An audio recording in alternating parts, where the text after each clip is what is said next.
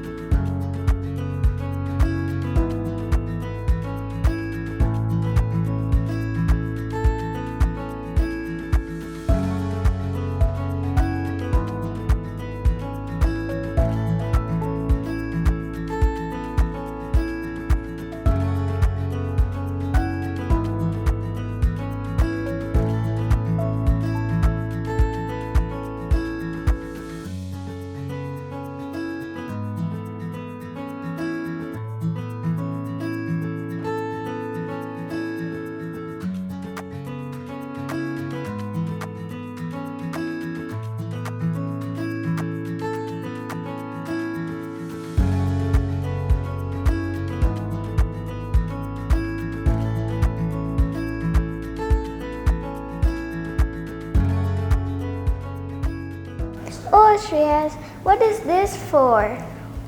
In capacity, we learned full, half full, quarter full, and empty. Oh, I understand now, but which has more capacity and which has less capacity? This is full. Full means more capacity than half full. Half full means more capacity than quarter full.